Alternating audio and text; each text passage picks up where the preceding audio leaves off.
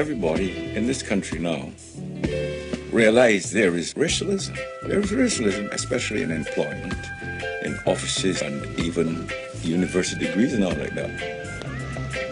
My Uncle Tom, he was white. I used to have to go in a back alley, or back entry you would call it, if I wanted to visit my other uncle. The teachers were overtly racist and treated us accordingly. We weren't treated as individuals.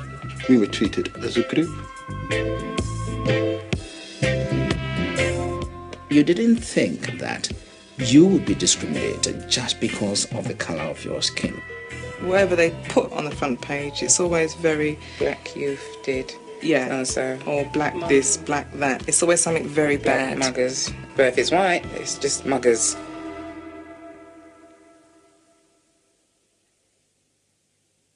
I remember playing netball, and in the netball team there was 3 of us called Caroline, and one was called Carol, one was called Kazzy, and I was called Sooty. But to me that didn't mean anything. And I remember Dad actually coming along one time to watch me play, and he said to me afterwards, well, why are they calling you Sooty? And I just said, well, Dad, there's 3 of us here, and they have to, you know, choose different names. So he says, well, why couldn't they call you Carol or Kazzy? And I said, I don't know. He said, they're only calling you Sooty because you're black. And I said, oh, Dad, don't be stupid. But then I actually took stock and thought about it. Well, maybe he was right. And that's when it hit me that maybe there was such a thing as racism. The roots of racism were planted long ago. Perhaps it helped to justify the inhumanity of slavery when Africans were shipped as a commodity. The myths about those from the Dark Continent were embellished during Britain's imperial reign. Grace Wilkie, who is now in her 70s, was born in Liverpool to an English mother and African father. She was soon made aware of racism. The Africans, a lot of them married white women, you see. And I didn't see the harm in marrying somebody if you liked them. And I don't see why anybody else should, you know, and I think it stemmed from there. And it would have caused perhaps their brothers or their fathers to get antagonistic because, you know, it's very hard for you to see your son or your daughter marry into another race. The war was over in November 1918, and it was just only a few months after when the soldiers and sailors and all demobilized from the army and the armed forces. During the war, there were a lot of jobs. Anybody can get a job. The munition factories was on. Color didn't mind. Black, white, yellow, green hair, everybody can work. But after the job was over and they were all demobilized, the white soldiers, they seemed to forget that the black man was also in the Navy and the Army with them. And they couldn't get the jobs. And the few black men were still working in some of the factories that's not closed yet. And they demanded that these black people would leave the factory so they can get in. They were Englishmen. These black people were savages from Africa. In those days, every black man was supposed to come from Africa. They never thought about the West Indians or anything of the sort. So the race riot started.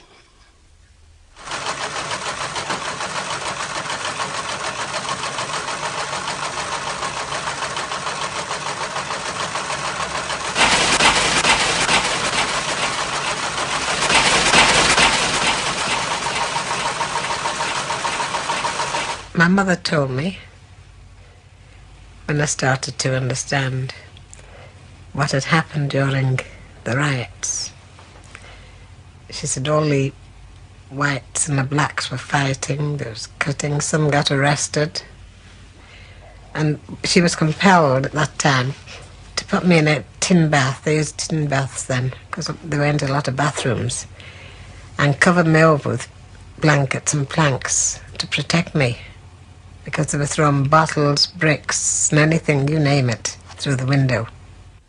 A friend and I, a West Indian from St. Lucia, we were going to see a friend in Brownlow Hill, Liverpool, this was. And we took the tram to the Adelphi Hotel. And we had to turn right to Brownlow Hill, where the friend we were going to see lived. As we get off the bus, this gang spotted us. Here's some more niggers. Before we knew what was happening, they were chasing us. So we ran like hell. While running, on the left-hand side of Brownlow Hill, I can quite remember it just like yesterday, a woman opened the door. I mean, they were all white women, there were no black women in those days, so my friend and I ran around the corner into the hallway, and we found the door open. The woman shut the door, and we went upstairs. They made us a cup of tea while she looked through the window to see if everything is all right. And it wasn't long after when she said, okay, you can go now. Now, she saved our lives. Lives were lost in the riots. Charles Wotton, a young Liverpool seaman, was chased by a mob 200 strong. They threw him into the Queen's Dock and hurled stones at him until he drowned.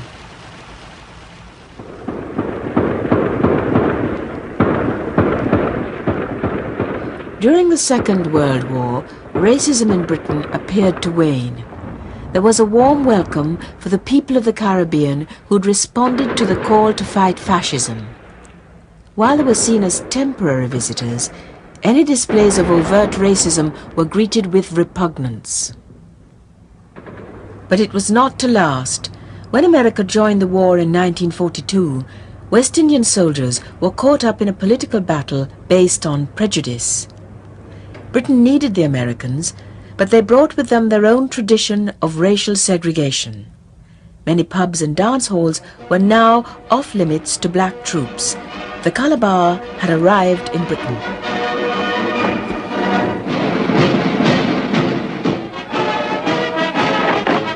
One, two, three, four. They used to call him lazy bones in Harlem. Lazy, good for nothing all the day. But now they're mighty proud of him in Harlem. Chocolate soldier from the USA. We met some black guys in a place named Gloucester.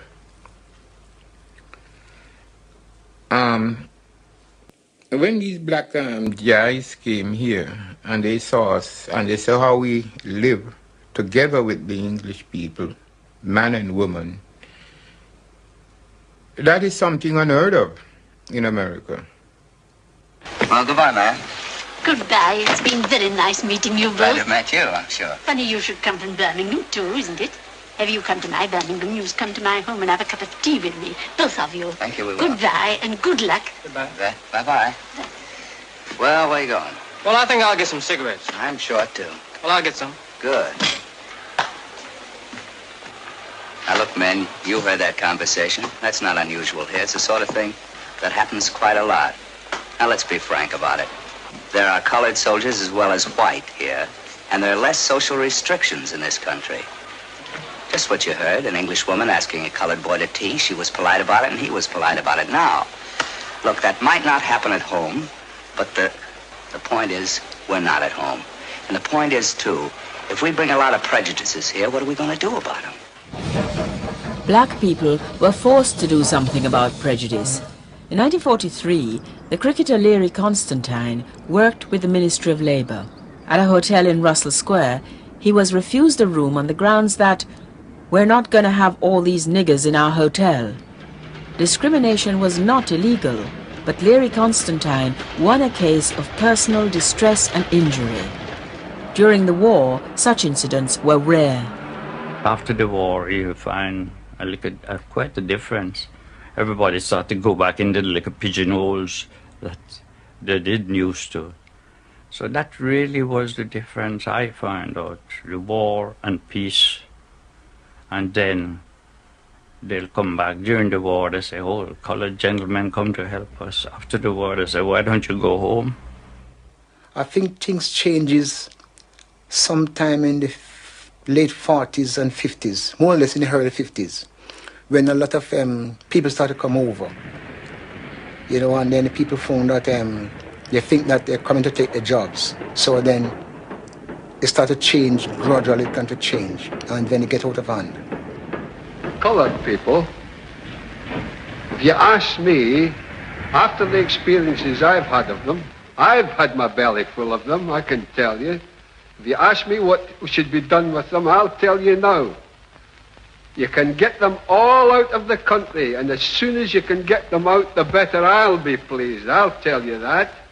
They're a nuisance when you've got to walk past them in the streets, they won't move. They're a nuisance at work, they won't work.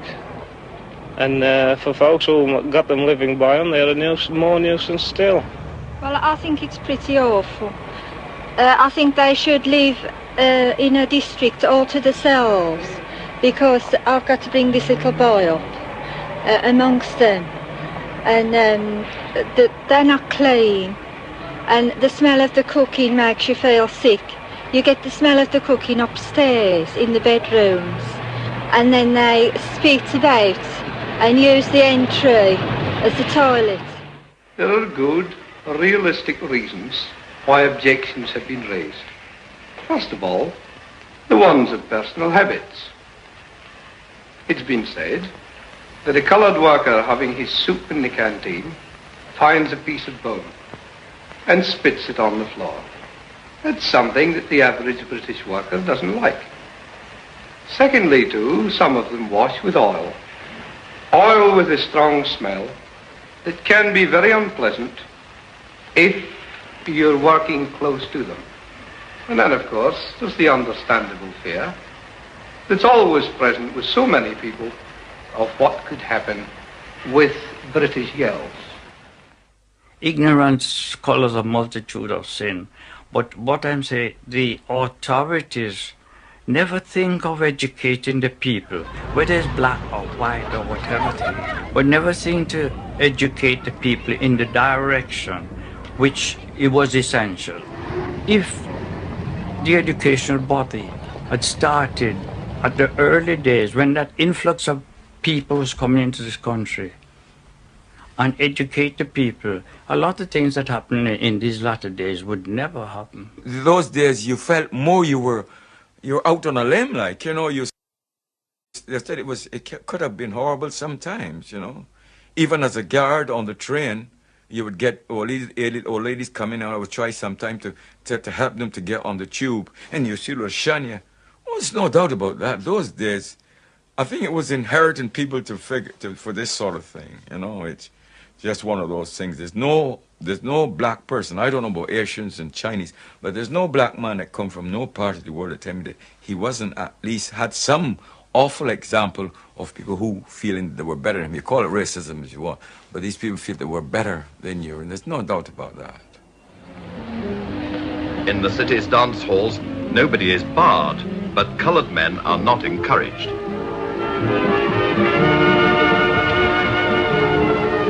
He'll be asked to get out if he does much of this.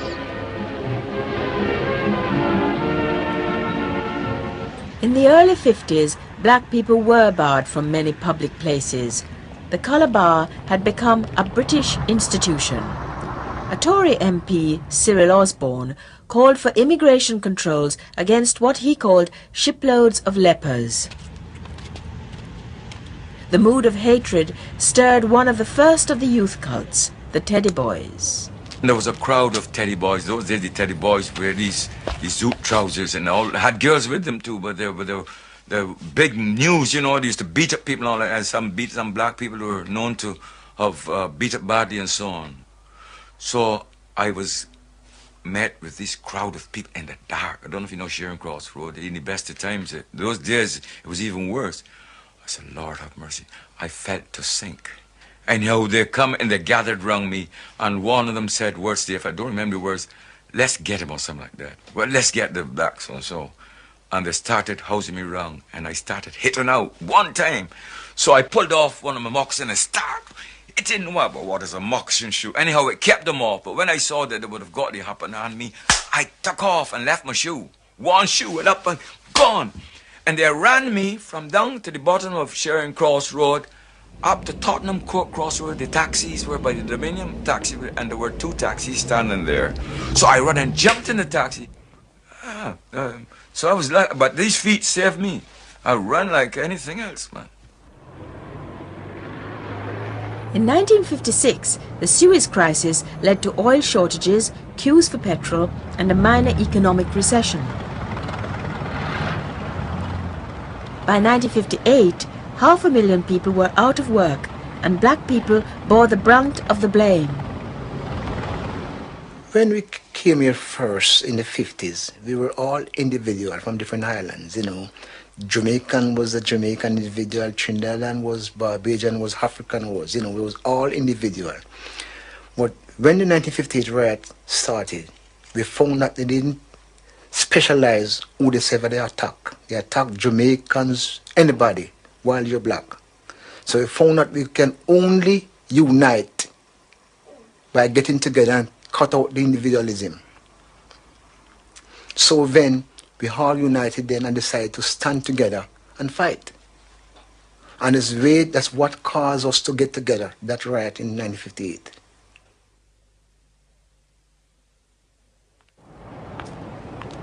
It's the 25th of August. I was keeping a dance in Bletchley Street. While we were there, I heard like a swarm of bees coming along the road. And I went upstairs, opened the door and looked out, and I saw this crowd coming along with the police in front. And then they stopped by the house where the party was keeping. And the police came, talked to me. He's asked me to stop the music, so I says, why? He says, well, these people is in for trouble. So I said, well, we're enjoying ourselves. We're not making any trouble with anyone. And in saying that, start to hear brick and iron and all those things start coming through the windows. The next morning, race riots started. The riots came about being Oswald Mosley from the Unionist Party, who defended Hitler, and he was a fascist, a stinking fascist at that too, was a candidate for North Kensington. He's a jolly good fellow, he's a jolly good fellow, and so say all of us, and so say all of us. When Oswald came out with the idea that North Kensington must be kept white, that was a challenge thrown before us.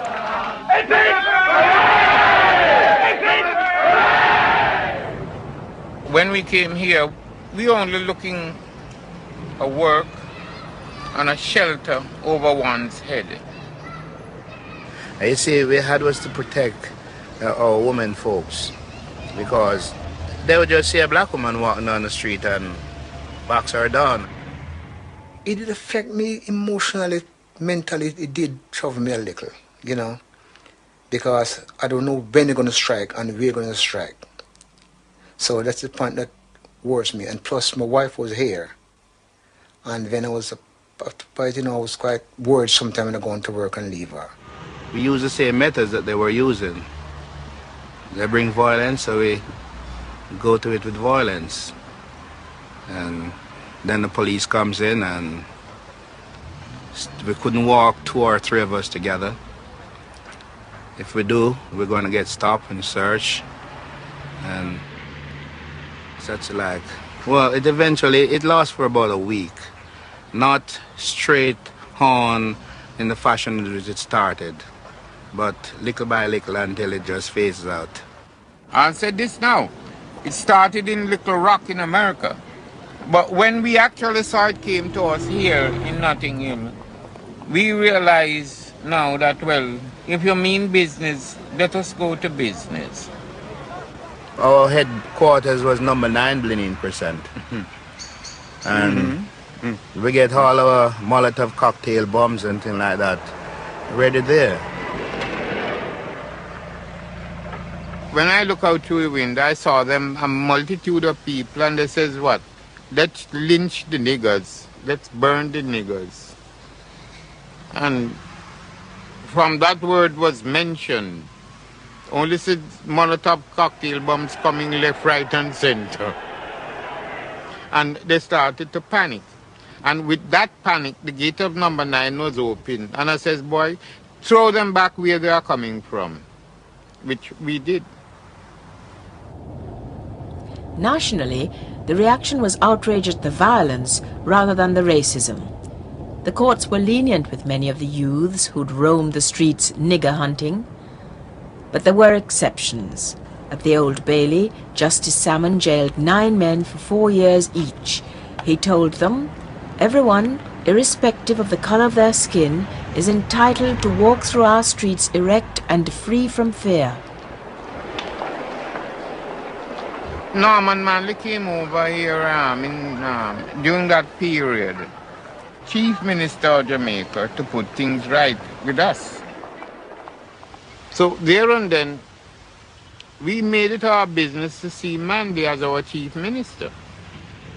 So I told Manley, I says, well, I'd like you to take a fact-finding tour and see what you see within the community and see the behavior, especially of the police.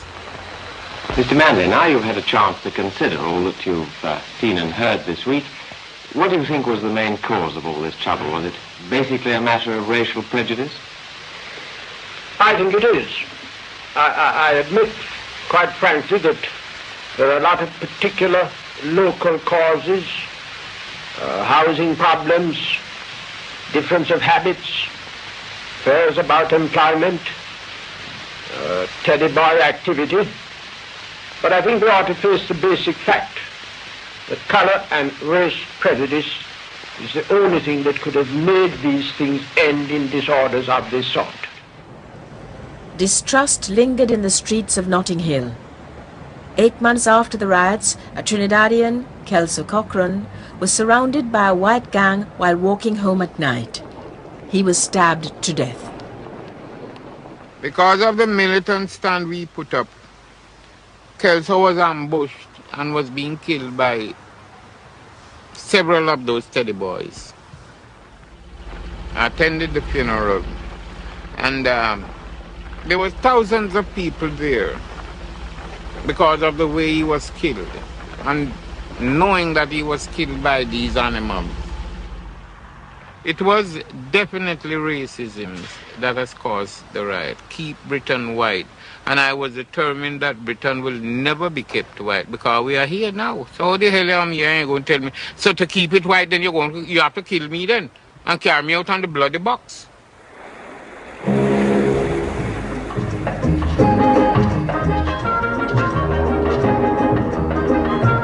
These West Indians were among the last to arrive at Southampton before immigration was controlled. The political push for immigration control eventually won the day. The predominant view was that restricting entry would ease racial conflict. The numbers game had begun. 1962 saw the first of a string of immigration laws which were to be further tightened by Labour.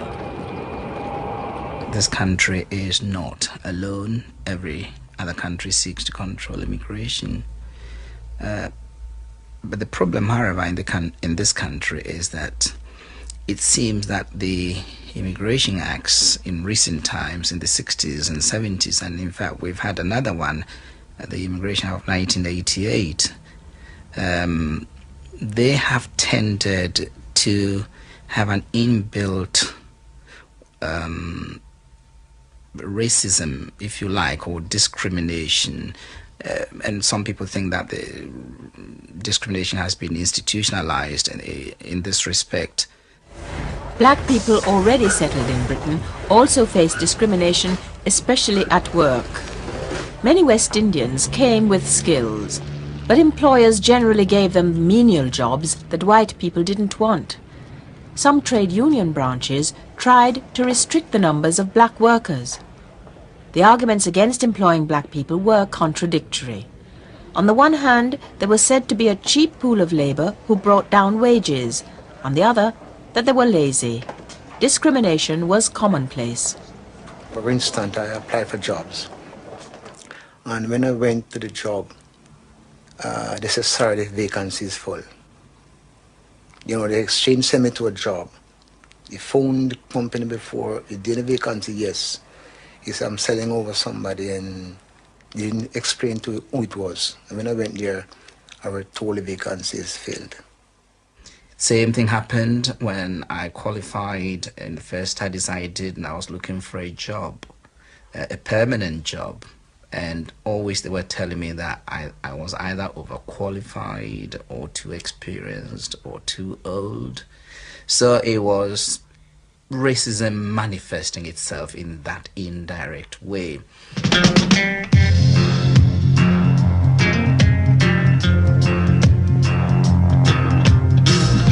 Something is holding me back.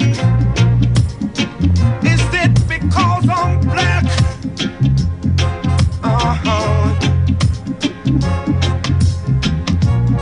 Something is holding me back. I'm wondering if it's because I'm black.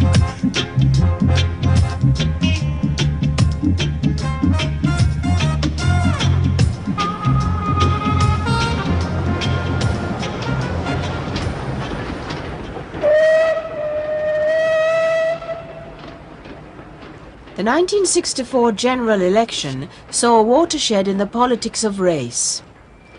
Labour narrowly won the national election after 13 years in opposition, but one of their most senior MPs lost his Black Country seat, Smethwick.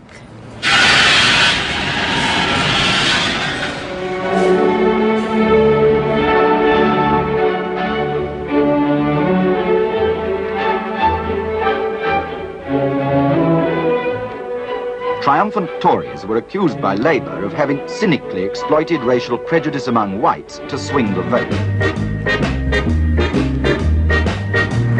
Tory candidate Peter Griffiths derided Labour's Gordon Walker for trying to ignore the race issue, which he said was easy to do if you lived in Hampstead Garden suburb, but less easy if you lived in Smethwick.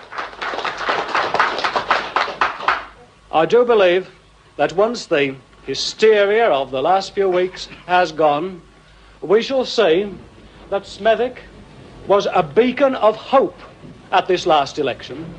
A town like Smethwick made up its own mind, took no notice of the opinion polls and the surveys, made up its own mind on the issues, and chose regardless of gratuitous advice from outside.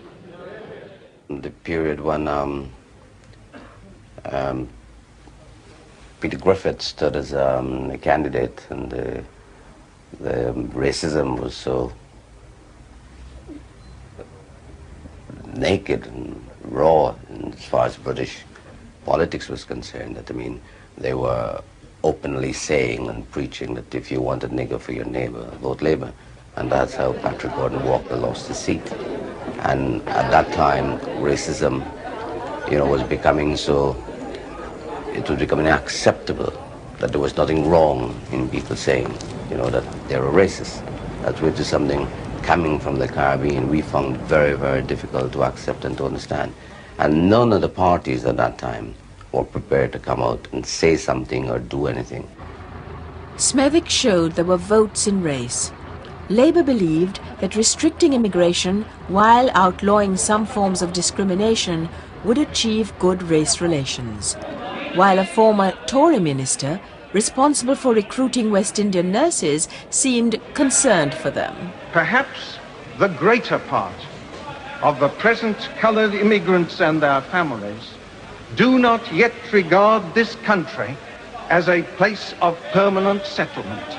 Here lies the crucial importance for you and me, and no less for those among the immigrants whose future does lie here, of that policy of assisted repatriation and resettlement which Sir Alec Douglas Hume, as leader of our party, adopted almost 4 years ago.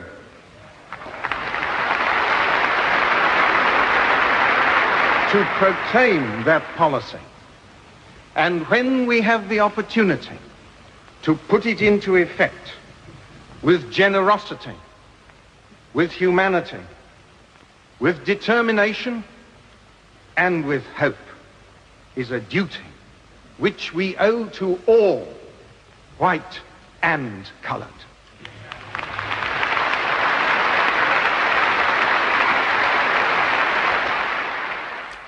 You see that man, Enoch Powell, I'm not sort of getting on this television program to say things that will be personal to people. But I think this man is a bit, to say things that he say on TV, I think is beyond comprehension. Whether you hate black people, or whether you hate Chinese, or whether you hate any human being, if he had any knowledge of what repatriating, say, my twins to a place like Dominica, where they can't identify themselves even with their immediate family, even with their mothers, sisters and brothers, they find it hard to identify with them. About everything that come from a place like Scotland, which is so much different in culture. His plan is like sending them to death warrant.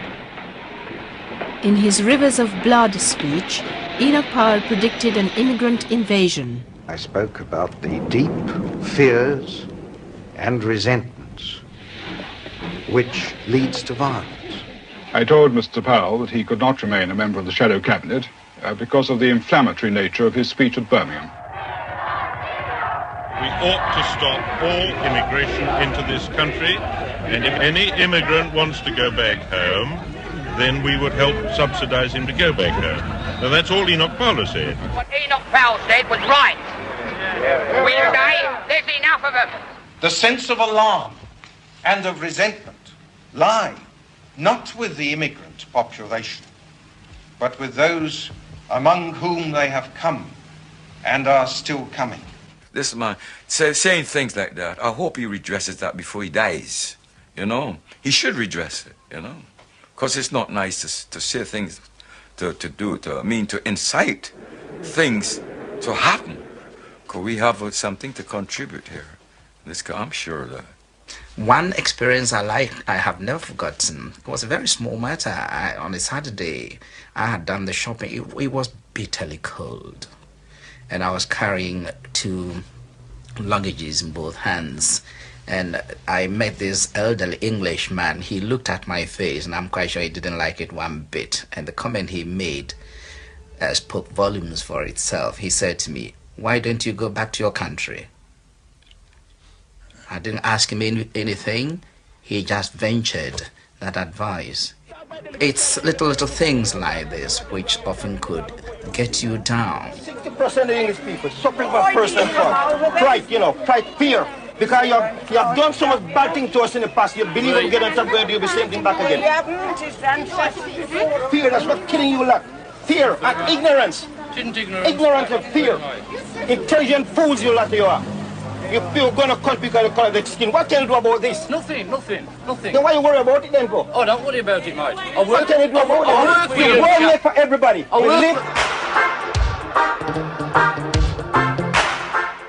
remember a woman actually coming up to my mother and saying, "Oh, Miss Hibbert, how do you manage to keep, your daughters looking so nicely dressed?" And, it was as if they expected us to go to school wearing rags or something. But I mean, we were well turned out. I mean, you made sure you were well turned out when you went to school. Made sure we were well turned right. out. She made sure we were well turned out when we went to school. But then when she came up and said to my mum, I thought to myself, my God, everybody must know about us. No, I didn't really think anything of it because it was habit. But when she came up and said that to Mum, it clicked to me. I thought to myself, she wouldn't have gone and said that to anybody else. Why would she come? It was like, it was like a shock that Mum actually had us turned out so well every morning. It was weird.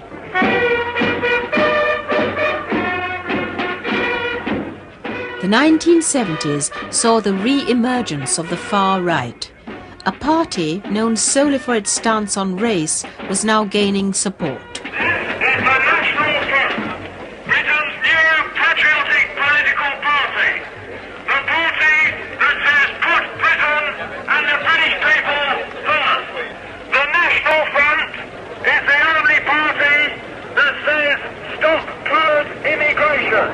Members of the National Front.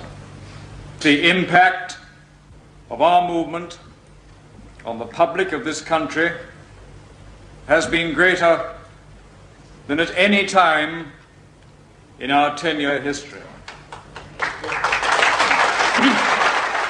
Their marches often ended in violence, but their share of the vote increased, especially in local elections. Race was on the political agenda yet again. There was a committee which looked at it and said that if we went on as we are, then by the end of the century there'd be 4 million people from the new Commonwealth or Pakistan here. Now that's an awful lot, and I think it means that people are really rather afraid that this country might be rather swamped by people with a different culture. And you know, the British character has done so much for democracy, for law, and done so much throughout the world, that if there's any fear that it might be swamped, people are going to react and be rather hostile to those coming in. The hostility was already in place. People defined by the colour of their skin lived with the fear of racial attack, and every day they encounter with abuse and bigotry. I'd be walking and people say, hey, you black bee, this kind of thing. And I would get all kind of scared. But then as time went on, the scaredness ended up being angerness. So I started getting into things like martial arts stuff so that I could back myself up. And it's helped me up to now, and I'm not going to regret any of it. I'm not going to say I'm a violent guy, but I'm not going to say I'm a pacifist. Because it's one thing, if somebody says to me, hey, black man, that's stepping on me, as far as I'm concerned. Noel's different, he'd rather kind of walk away. A lot of people would rather walk away because it hurts me that much, and it really annoys me that much if people say that to me. I think a lot of white people have preconceived ideas about what black people are supposed to be like, the way they talk, the way they dress, their behaviour, etc. And I think from the way that we've been brought up, the way our schooling, etc., I think in that way I've tried to fight it and decide, well, I'm not going to be like what... I'm not going to be what they expect me to be. I'm going to be totally different. People think about individuals and individual actions, and that being the problem. So people say, well, I'm not racist. I mean, you know, some of my best friends and all of that, and therefore fail to see the systematic disadvantage that black people face in this country. And this is what we're talking about when we talk about institutional racism. That built into the way aspects of this society work is the assumption, often unstated, but the assumption that black people, their interests, their perceptions, the things that they do are less important, of less value. Many black communities became increasingly disillusioned with their treatment by the institutions of Britain. The symbol of authority they most frequently came into contact with was the police. The relationship became strained through growing mutual distrust. The police themselves are geared towards suppressing anything which threatens to change the established order, whether culturally or even socially. The key thing to recognize is that the police in this country, by design or by default, have been seriously guilty of a systematic violation of black people's human rights. Black people were particularly aggrieved by the use of the sus law. It seemed to epitomize racism.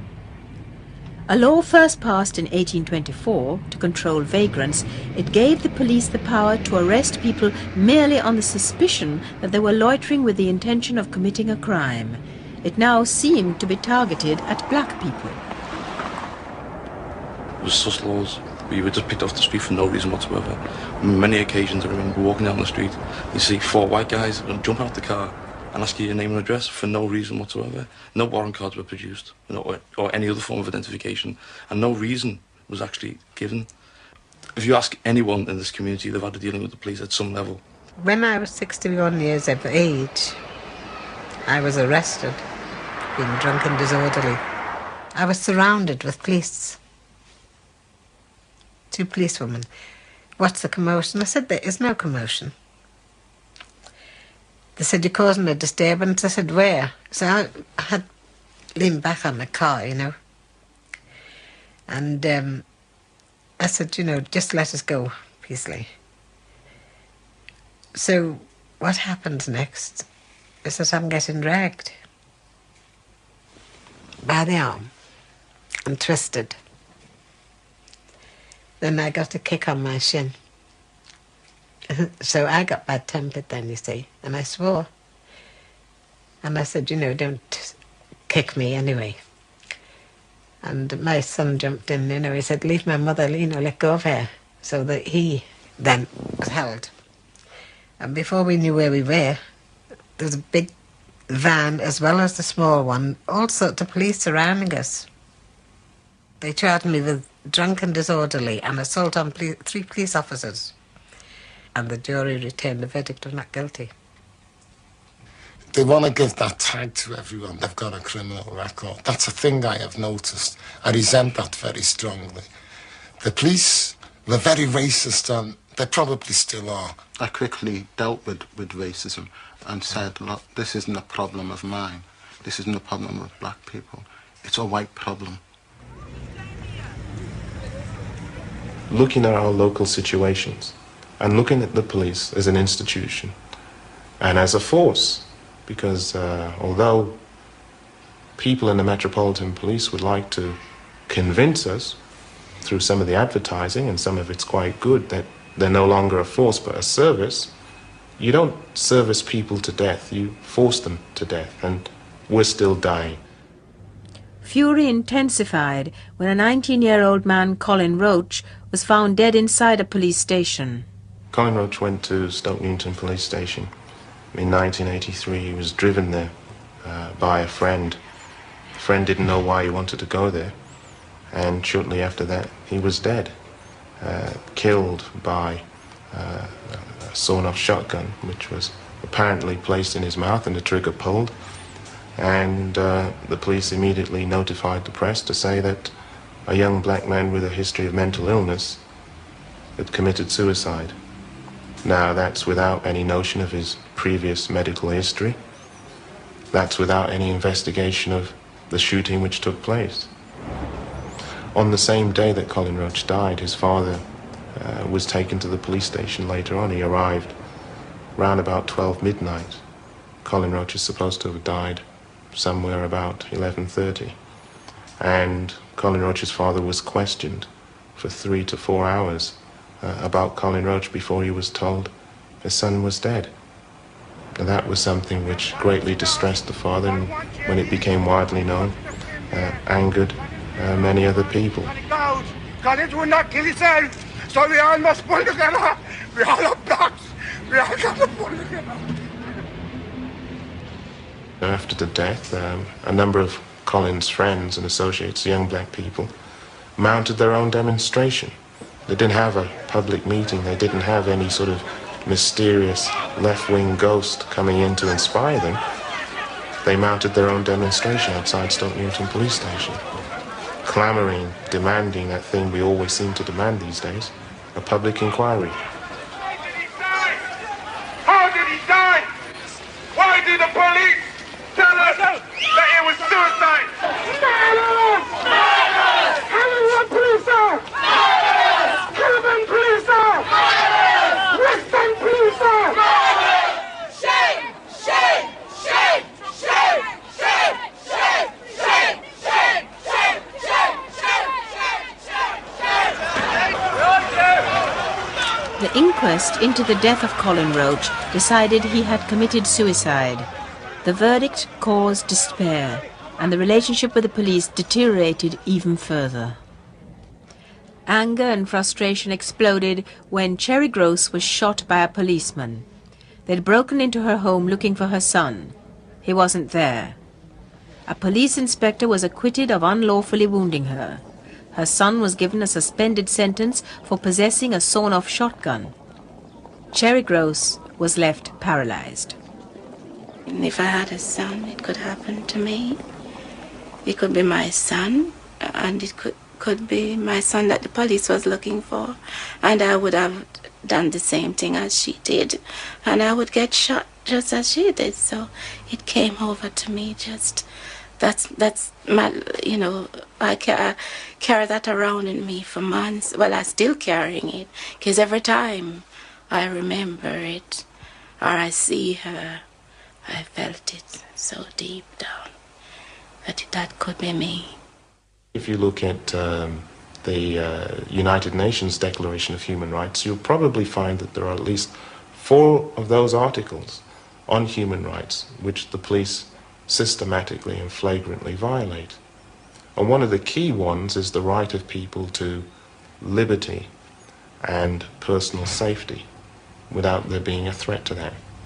People felt threatened when an unexplained fire swept through a party in London's New Cross. 13 dead and nothing said. Oh, what we gonna do? 13 dead and nothing said. Oh, what this world is coming to. People felt that the police were dragging their feet on the whole issue, and so frustration set in, and then they had people's anger to deal with. What I remember about the New Cross massacre, and what really sticks in my mind, is the fact that when the fire happened, after the fire happened, I cannot remember Maggie Thatcher or even the Queen sending any sort of condolences, because it was black. That's how I felt, because it was black. But I remember not so long after that there was a fire somewhere else, and all the condolences were sent by Maggie Thatcher, like as soon as it happened, and the Queen. And now that to me is a form of racism. Why was it not sent to us? Is it because we were black, or is it just we were just overlooked? Well, I suppose she just sees it as another black party. You know, we love our parties, and whatever happened in that fire was our own fault, so it wasn't an accident or anything like that, so they don't look at it as any kind of tragedy. It's just like we weren't important.